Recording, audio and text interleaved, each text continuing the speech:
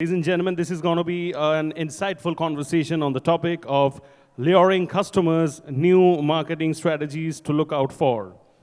Ladies and gentlemen, this is going to be an interesting panel discussion on the topic of luring customers, new marketing strategies to look out for. We'll quickly get the chairs on stage. Let's move quickly.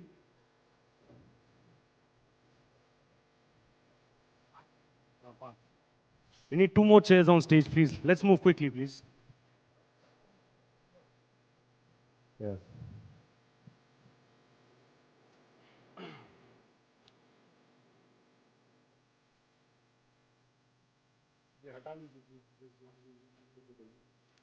All right, so in the best interest of time, what I'm going to do is I'm going to be introducing our honorable moderator, and I'm going to be introducing our speakers. In the meantime, when the chairs are being put, they can come and join me together on stage.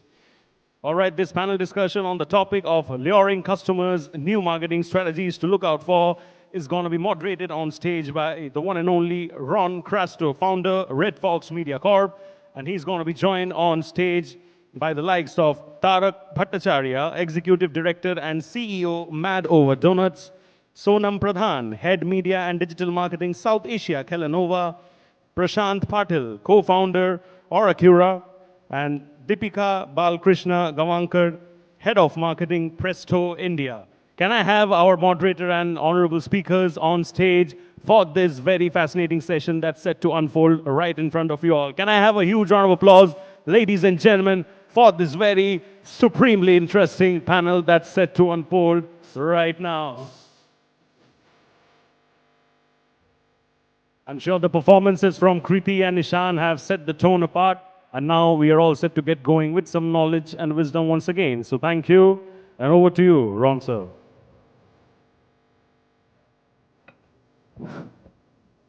Thank you very much. I hope everyone had very good lunch and everyone is in a mood to have a conversation, or everyone is in a sleepy mode. Just say hello so that I know people are responding, because the room is damn dark here. Oh, that's so less. Can we have something which is very loud? Oh, very good. Thanks. So guys, first cheer up for this esteemed panel here. Just give a very loud clap. Bring some energy. Energy kidhar hai? Okay, thank you very much. So before we start, I just want you guys to just jog back. Let's have some nostalgia moment. Imagine when you guys were all kids, okay? And while you were kids, we used to have these promotions which used to go on across the summertime, where you say you collect this much crowns, you collect so many packs, and you collect so many bottles, etc. put together. By show of hands, just tell me, did you guys do it? Most of them? Yeah. Okay. So I will go to the panel to ask, just give you your experience, what is the things that you guys did, and share it to the team. Sonal, what did you do when you were there as a kid? What is something exciting and interesting you guys did? I think as a kid, let me tell you, I did multiple things that were exciting, but there are certain things that you remember. And you know why? Because they form a part of your core memories. I was just having a discussion when I entered right now in KidZania, and I said this is a place where if I, as a kid, would have entered, I would have definitely made it a part of my core memories. And I think making core memories is so important, and thanks to the movie, the Hollywood movie that I had recently seen, Inside Out, I think when it gets into a part of your core memories, you remember it all your life. And therefore, you know, certain contests, certain brand associations, now when I think about it, as a kid, I never thought that they were brand associations, like Britannia Khao, World Cup Jao, or collecting, you know, those 7-Up cans, those covers, just to get some kind of a Fido-Dido memorabilia. All of those things, for me, I still remember them because I have done that as a kid. Even those WWF cards that we used to play, collecting those cards, distributing those cards.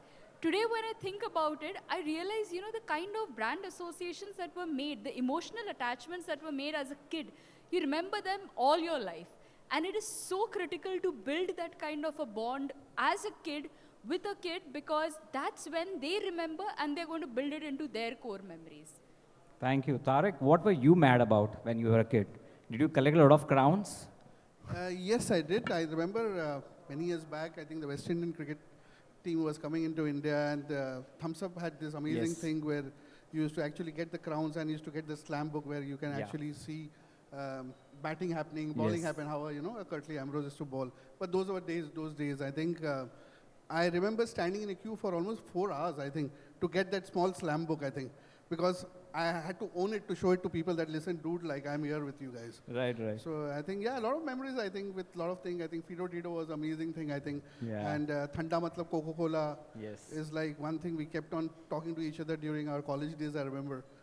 So yeah, a lot of the memories. And this place, especially, I think, since we already have a store here and people do top donuts here, I keep on coming here, frankly speaking, and it's an amazing feeling all the time. Although I will not say that I don't like, I just come here just to have fun, actually. Yeah. Deepika, what about you? Yes, there are a lot of memories. I still remember collecting lace packets. I used to collect them and then you'll get freebies on it. Scratching those Pepsi cards, just remove the cover of it, scratch it. So a lot of memories, yes, there with us. What about you, Prashant? Yeah, so I'm from rural background, so Okay. I didn't got that exposure to the brands. However, my passion was to collect stickers for Okay. putting onto the cricket bat. Nice. And then after that, when I went to college, I used to collect a lot of brooches. I had one jacket, so I would put all the stickers possible on all the places. Damn good. So that was a time like I was trying to find my identity. And that was, thank you for the question. It was very interesting to remember I was doing these things in the past. Good. You yourself got branded. That's the best thing to do. Self-branding is the best branding. Let's put that. Okay, now let's fast forward today. Okay, now today what is happening? The scenario has changed. Okay, screens have become smaller. Horizontal is the new vertical, as you call it. And when you have a challenge like this, how do you sell to a generation, that skips 5 seconds, where attention spans are really slow, okay, they are shrinking to a reel. How do you engage? How do you retain? What has happened with Gen Z? So if we have to start this off, Tarak, how would you address this?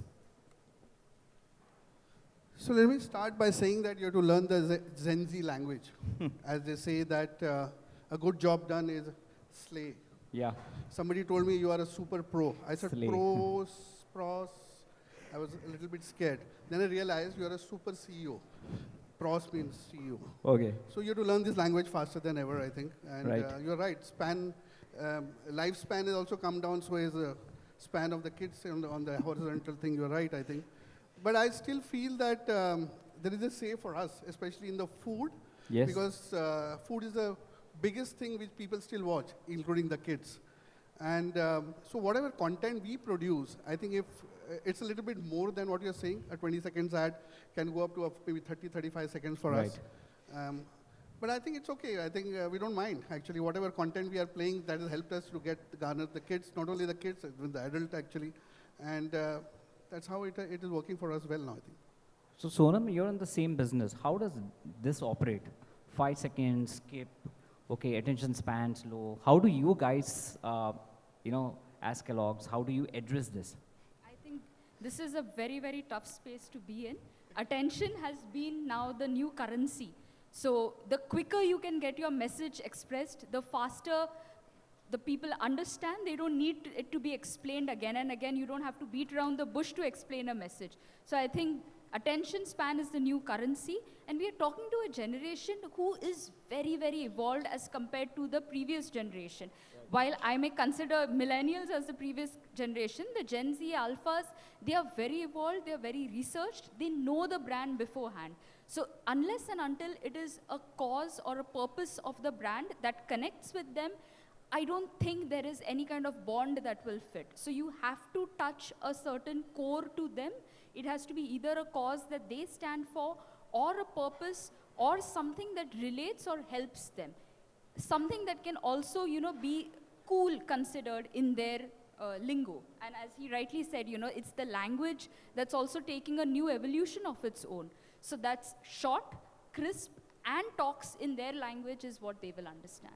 So Dipika, your product is a niche product. Do you resonate what our panel is saying? How do you address this when you have to reach out to the audience, especially when you have your super VVIP audiences has been there, right from film stars to cricketers, etc. How do you address this? So kids, not really my TG. My TG is a very niche TG, the HNI, celebs, politicians. But when I can understand, it's very difficult to get attention span, digital content to be very accurate. You have to be spot on with whatever you're just showing them. Then this gamification world, you just don't know if you stand out there. It's difficult, I guess, to approach. The content should be very good and I guess appropriate. And then also it should stand out well. For me, it's a complete different world. So kids are just influencers in our business. So we be part of a lot of flea shows and all, where we just engage them and then talk to their parents. We just put some quiz, contest, polls there at the stall, just gets kids involved there. So they are our influencers at the stalls. So how does it work, Prashant, when you have a high-end brand like yours, which resonates with Dipika? How do you address this when you have to reach out to your target customers, especially in an area where a lot of education has to be done? How do you play this card? Yeah. So if you consider ORACURA, we are into two products. One is water flosser, second is electric toothbrush. So water flosser is not known, I would say that in the crowd also, where there would be hardly any person who would be doing flossing. Okay. So it becomes, for me, it is like a green pressure. Just come, talk about the surprise, and then convert them. Okay. If you talk about the closest audience, those who get converted is the Gen Zs. Okay, they want something cool. You know, they don't have to spend any time. Take a little bit of paste, just run it on your teeth, and you're done. Okay, they want to look different. And I'll tell you, this Gen Zs are so good. Like, you don't have to have too much of jazz, too much of big brand names. You have to be just to the point in shortest time, and be very clear what you're offering. They'll pick the things faster than you present to them. They're good at technology. They can reach to YouTube and then reach to Twitter and identify the reviews, and then they'll buy the product in no time. So that becomes very helpful. Where we face is the problem is the people who are really on the verge of facing the issues, like people who are into their 30s. Okay, for them the life is already set. Why use water flosser? Nani ne nahi bola, papa ne nahi bola, syllabus ne nahi bola, Bhagavad Gita ne nahi bola. Where is the flossing thing that I've heard? I haven't heard about it. So they don't use the product. So we have to create, so many 3D videos, influencer content, and we don't depend on one kind of a format because everybody has got their own context. So when you are on Twitter, you just say that you are just cleaning your mouth when, 65% till your life, till date now. Then they, get curious. The Twitter audience are like that. When we are on Instagram, then you have to be very beautifully, explaining the thing. Some, dentists have to come, and then, this is how, so as per the platform, we divide the content. So in what I hear from the panel is that kids play a very important role.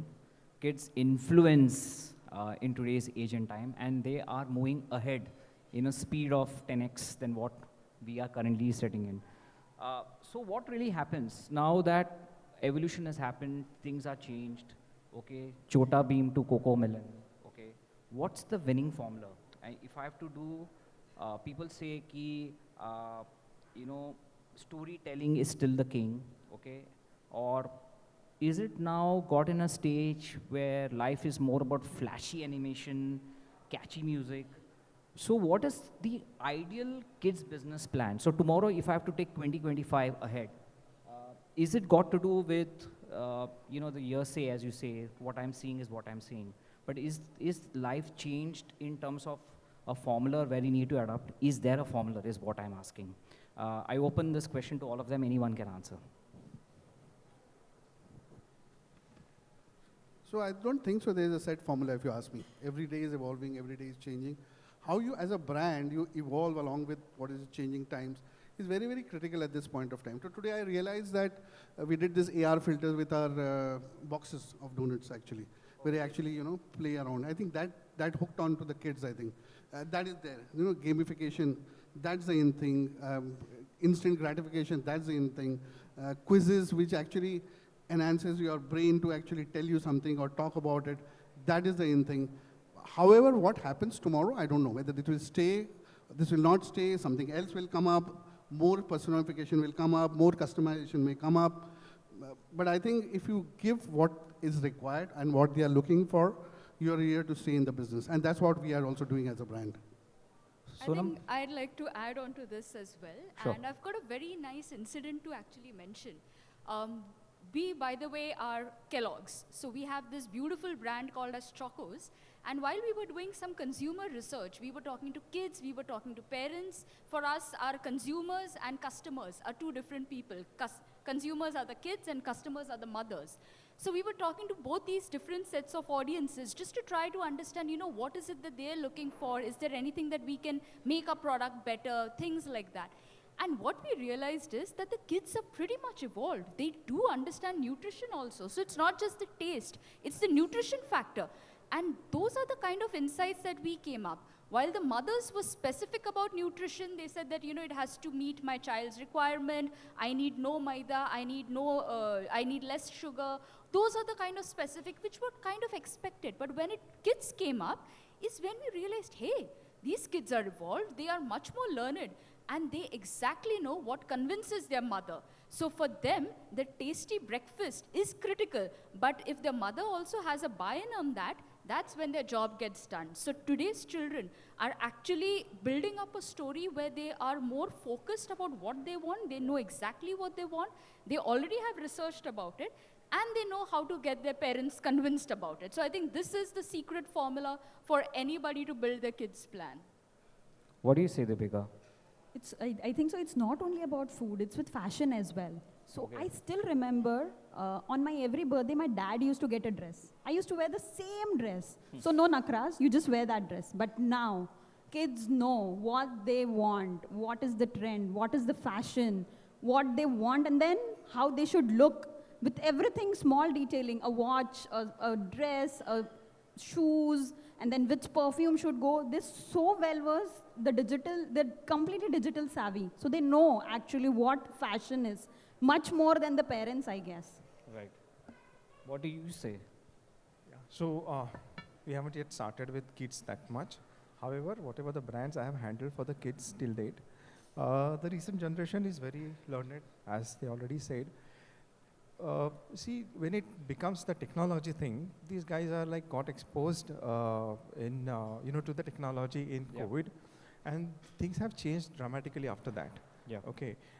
Advertising to the kids is still not allowed officially. Right. However, you can create content that can get consumed by the kids. So, competitions and, quizzes, which is based on to the recent cartoons is what is important. Now nobody looks for the older type of cartoons. So if you can have those kind of quizzes, things work faster for them. Okay. So what I hear from you guys is there is no formula, but there is a way forward because of this evolving market. And markets are also following what kids are doing based on sentiments, based on the current juncture, what kids are following. But also there is a stage where there's something which is called nostalgia. Now, is nostalgia gold or nostalgia based on gold? Is it to be sold? How can marketers use nostalgia as a blend? Is it there, not there? What really has gone wrong with kids of the 90s and kids of today's generation, which is the alpha generation? Is there something which is there, a disconnect as marketers, which you have observed? Because as you go, every generation, there's a leap of 10 years. But now we have noticed every 5 years, things are changing. So has that been noticed amongst your brands when you do your different products, segmentation, and different kind of, novel ways to reach out to them? Tarak. So I don't know, we have never done anything with characters, although we tried once, and we actually burned our hands. We did something with Doraemon, if you ask me. And that just didn't work, because they thought that the color blue in the donut just didn't work. I think. And as she said it right, that kids are very, very knowledgeable. Even 2 years back, they used to know, although they don't come and ask me about the nutrition parts, which is good, and they should not also when they come and have their donuts. But I think it didn't work for us. Character just don't work in a donut company, I think. Although internationally, I've seen a couple of brands doing very well with their characters. But India, it didn't work. Maybe I don't want to refer to me as a Amar Chitragatha guy and not talk about a Chota Bheem and Doraemon at this point of time. But for us, it didn't work, frankly speaking. So according to you, nostalgia is dead. It's not giving you that kind of. What about you, I Sam? have a little differential point of view. I think it depends on the kind of audience that you want to target. For example, today if I come to know that Andaz Apna Apna is getting released after 20 years, it builds a certain kind of connect because hey, I had beautiful moments when I first watched that movie. So that nostalgia hits me in a different way. Or if I know that, some kind of a toffee if I had when I was a kid, those cigarette shaped toffees that were there, those sugar candies. If those I find somewhere, or if I find a Pan Pasand toffee somewhere, that hits me because I've had those when I was a kid.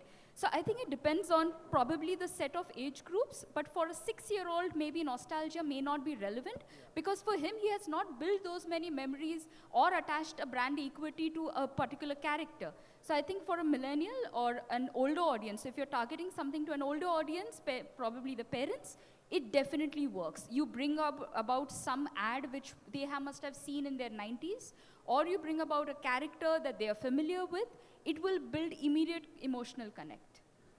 What about you?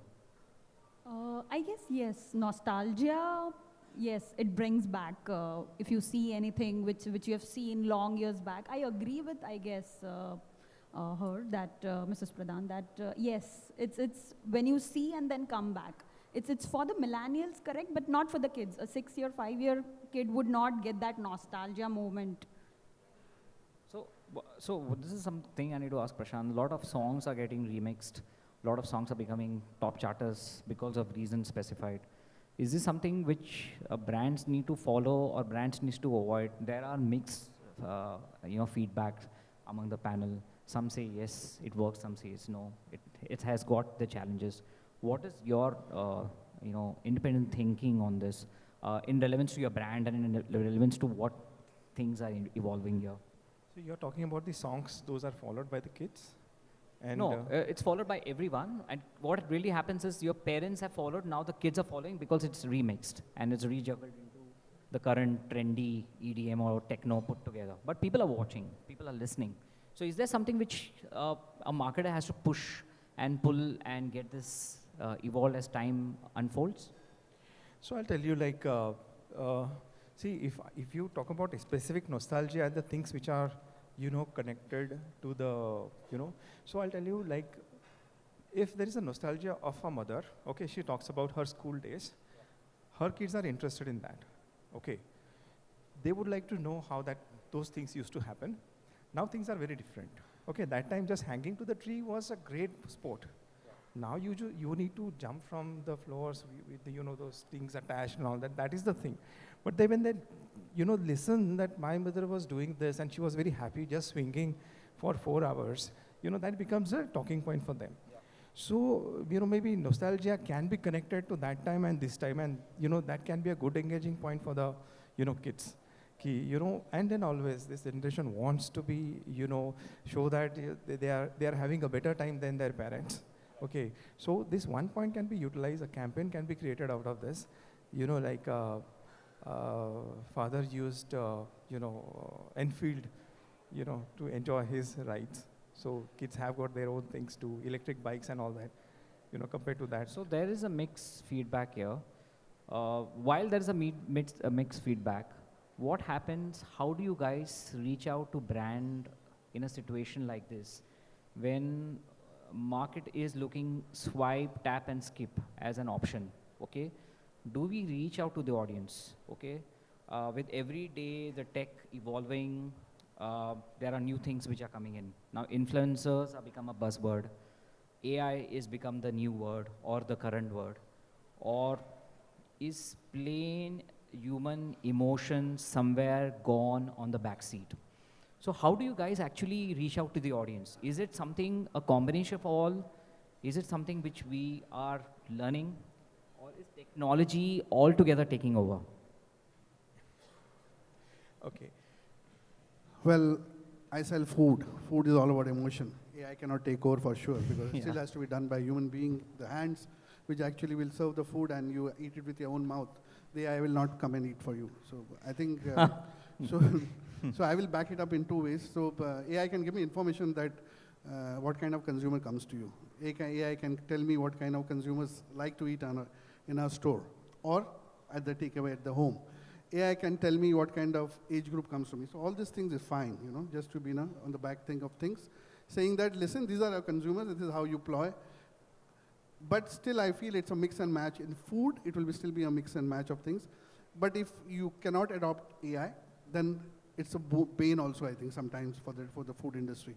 And I keep on saying that, again, food is all about emotion, it is all about talking to you, meeting each other and then eating the food. So I think it's a mix and match for both of us. If you ask me, AI backed by whatever we are doing at this point of time. And that has helped big time for us. And what about influencers? Are you guys using influencers? So I think influencers also play a lot of important part because we tell them, we send stuff whenever we launch anything. And they have been really productive for us. Paid, unpaid. But they charge a lot of money, man. So I'll keep that aside. But I think they have been a little bit help for us in the recent times. And they are going to here to stay. I think what kind of influence, food bloggers, maybe nutritionists also talking about us these days is quite a good thing for us in positive way, but they are here to stay for us for sure. Sonam, how does it work? AI, human emotions, influencers, how do you reach out to such complex structure in today's age and time? That's quite a tough question, but end of the day, I think we are all humans still. Yep. We've not become cyborgs. And still the time that we are still humans, we do have a heart, we do have a brain, we can think, we can feel. And these are the things that while we can put it into machine learning, we can get AI to think like us, ape our emotions, ape our actions. I think somewhere or the other, if we have to build an emotional connect, if we have to build a brand, if we have to build nostalgia for the brand 30 years later also, it is always the emotional ads that will work for us. That's where you establish the base. Later on, for more interaction, for more engagement with the customer, is where you have your different tech innovations that come into the picture. That's more tactical, I may put it. And where you have an influencer-led strategy, I think that's a very different conversation altogether because you are using another mouthpiece to deliver the same message that a 30-second ad is also doing. But considering the fact that, coming back to the point that it is always emotions first, tech later. What about you, Deepali? What do you think? I've been from the fashion world. I think influencer plays an important role. Okay. I guess collaborating with influencers who can resonate the youth. I guess they can make the message more relatable and authentic. So I feel influencers play an important role here. And Prashant? Yeah, so now here, Do this you is use what influencers? Do you use emotions and yes. AI? So, this is very important questions. All of us have to think about this and, internalize this so much that, we should always stick to the human, aspect of the selling or marketing or whatever. When computers were introduced, I was thinking that now we will have a, less work in our life. It became other way around. When mobiles came in, even the evenings were, nights were washed out. Okay, in the lockdowns, I was working for 14 hours just because we were into online selling and, the brands were coming this time. So when the technology has come, we have tried to use it maximum and it has occupied our lives. Somewhere when AI came in, I think that now we have to stop, think, and then use it. Now you can't overcome AI. You can't reach to the other end of the AI now. Okay, you just have to be in, use it as per your intelligence, and then go ahead. Now, how I'll convert this to is like when we were making PPTs. Now PPTs are made like that, and then you have to just change here and there, and then the PPTs are created. Reasonable, good PPTs are created. Yes. When the roles of copywriters comes into the picture, that has reduced at our place. Like say, at our place, we are not recruiting too many copywriters now. We just have one, and one for the standby. That's it. Our marketing managers, the campaign managers, sometimes they utilize their own punchlines. Okay, they just have to validate it at one place and then things happen. So AI is used in that sense. When it comes to influencers and using AI, if you see there is a pattern. AI will have intelligence which is available on the internet. The prompt matters. And when you put your own thoughts into that, then it becomes a useful influencer script or whatever. Okay, so we have to use it. So I'll use one example of even another use of AI, wherein a lot of AI companies used to approach us and then they used to say that, replace your salespersons with this and this, that and all that. But that was not good. But a month back, I got one, which you'll not be able to even figure out this is not a real person. Okay, unless you ask certain questions or you just pay a good attention, then you will get to know this is not a person. The charges are 8 rupees per minute. However, when this comes to lower rates, then things will happen faster. But it doesn't have that warmth. So whenever we are using any technology, human connect has to be there. Chats irritate. You just put one sentence and then chatbot will give you 10 sentences to read. That should not happen. AI should be used in a way that there should be a human angle to it. If I'm asking one thing, you just reply me one thing. Don't connect everything to the sale. So a question to the panel based on your product which you are doing day in, day out, where you can share to our audience here, where you researched and turn out to be one of your greatest case study in Indian market. It could be your product which you launched and you did a research and you used your hunch and you said, hey, this product has now turned out to be one of the most sellable or one of the most rock star product. Can you share one example to which you actually learned and say, hey, this is like something which we never thought and became a kind of an example for other competition or a business case studies for most of the students and a great learning. Can you just give one of those examples? We recently did something called the Dubai viral chocolate, which is the thing happening now, onto our donuts. And priced it actually double the cost what we are selling at. We thought it will not sell because we just wanted a novelty into the company and we thought the brand could go, with the Dubai viral chocolates and we can increase our sales also. So everybody objected. I said, no, let's do it because it's viral now and everybody's talking about it. We did it. So from a 125 rupees, we priced it at 250. It's become a 10% of our sales mix now. Wow. So that's a great example of saying that sometimes guts also work other than AI. So I think that's a good learning for us recently. Fantastic, fantastic. Sonam, any? It actually brings back a lot of memories. This was one of my previous experiences that I had. I was earlier at Mahindra Automotive. And something that we were tackling with the launch of the new Thar at that time, and we used to be thinking, how do we create this creative? What do we talk about? It was very typical. We'll use a celebrity. We'll have, the male person driving the vehicle, and let's keep it all rugged and show all of those things. And while we were doing a lot of research, we were talking to consumers, is where we came to know that a lot of females also like driving the Thar, and that was some aspect of the vehicle that we had never considered because our primary target group was always males. And we really took a drastic change in the industry. We had a first commercial where it was a woman who was actually behind the steering wheel, and that was one initiative taken by one automobile company which changed the course. And I remember while it was a couple of years ago, this was something that was never done in the industry, a female sitting in the driver's seat and showcasing the creative. So this was one of those instances, and it came out really after a personal feedback also, that women love to sit in the driving seat, and why not have that change starting from where you are working? Nice, very nice. Dipika, anything which you guys learned while? I would like to share one campaign we did, I guess 3 to 4 years back. So, Women's Week. We used to do a very boring campaign, just celebrate Women's Day and then something out, because we don't do much of promotional activities being into this niche category. So what we did is we launched the campaign, and then we said only men's can get laundry to the store, and then the woman gets offer on it. And the tremendous response, it was a 1 week campaign. I saw men's running to the store with garments, and I was like, this was crazy. And it hiked about 30 to 40% of our business. Wow. And I was very stunned to see that. Like, for promotions at a niche brand, people do come, and then women's are there. They just push that. So since it's a men-driven business, but then yes, it's there. Wow, great. Prashant?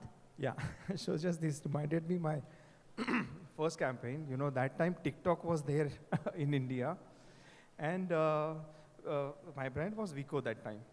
And we didn't know how to create video content, okay? And very few people who used to look nice, great, and who were, camera friendly, and those only were able to do it. Now my brand, like, which has got Ayurveda, has got so much of, legacy and all that. How do we do that? So what we did, we just created one campaign in the morning saying that this is our jingle. Vajradanti, Vajradanti, Vico, Vajradanti. And you just use this because there was, audio was, allowed by, TikTok, and you just have to do something and then get the results. I was expecting females. They were 70% male. Okay, wow. Doing all sorts of things. Wow. A few of them were tobacco lovers. So Vico was promoting people who are having red teeth. But that is what was surprising. Surprise came.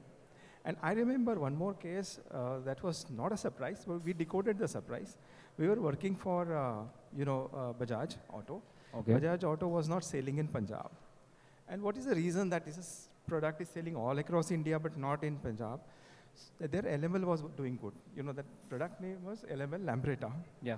So when we went to the field, and when research, like, zeroes down to certain things, it happens this way.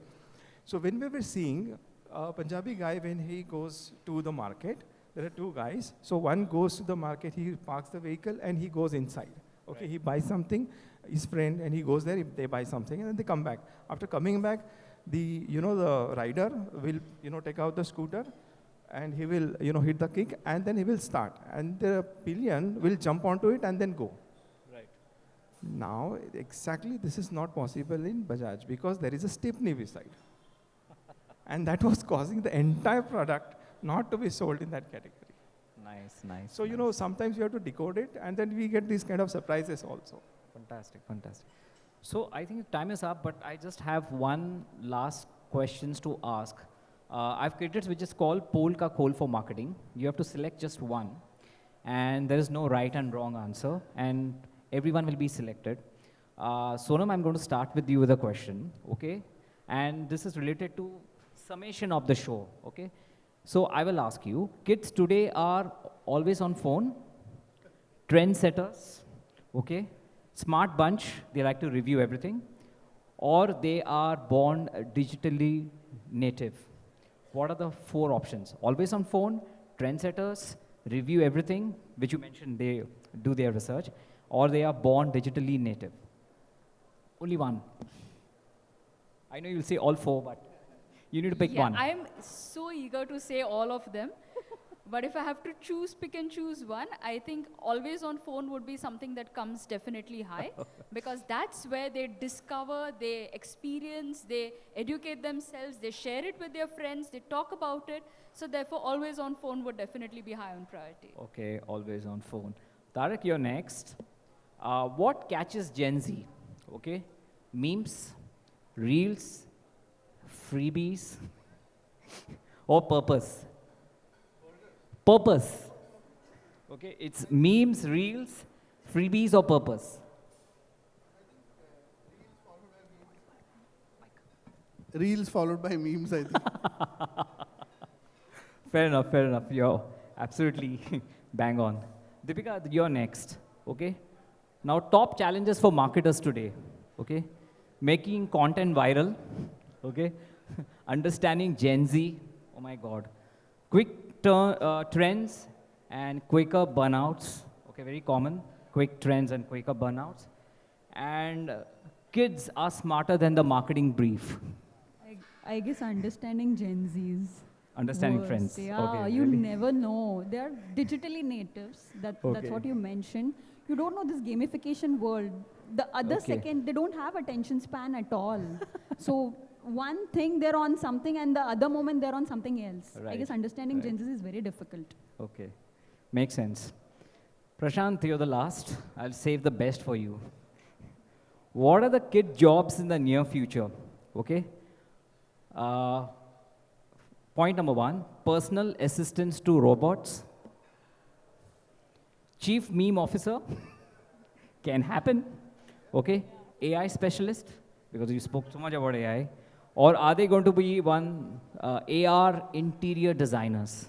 So the 4 jobs which I mentioned was personal assistant to robots, chief meme officer, AI specialist, or AR interior designers. I would choose the third one because 1, 2, and 4 can be done by the third one. Good one, good one, good one.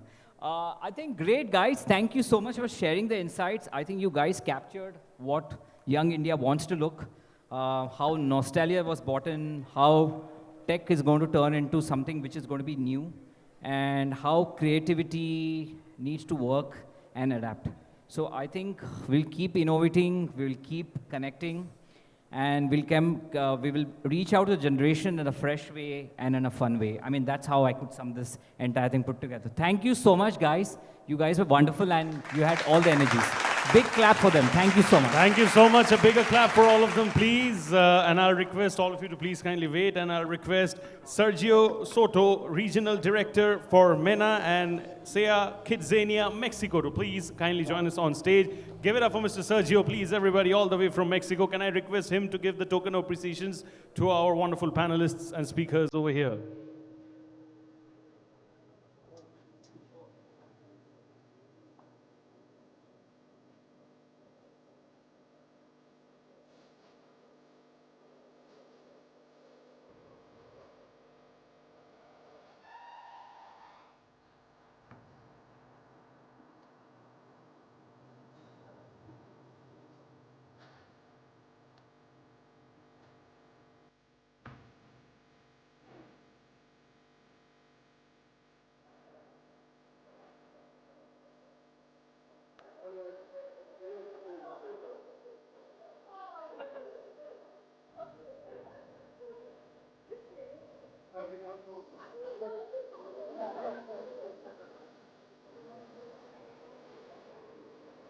Sorry, one more most important thing which I missed out was basically a big clap for Siddharth. Because of him, this wouldn't be possible.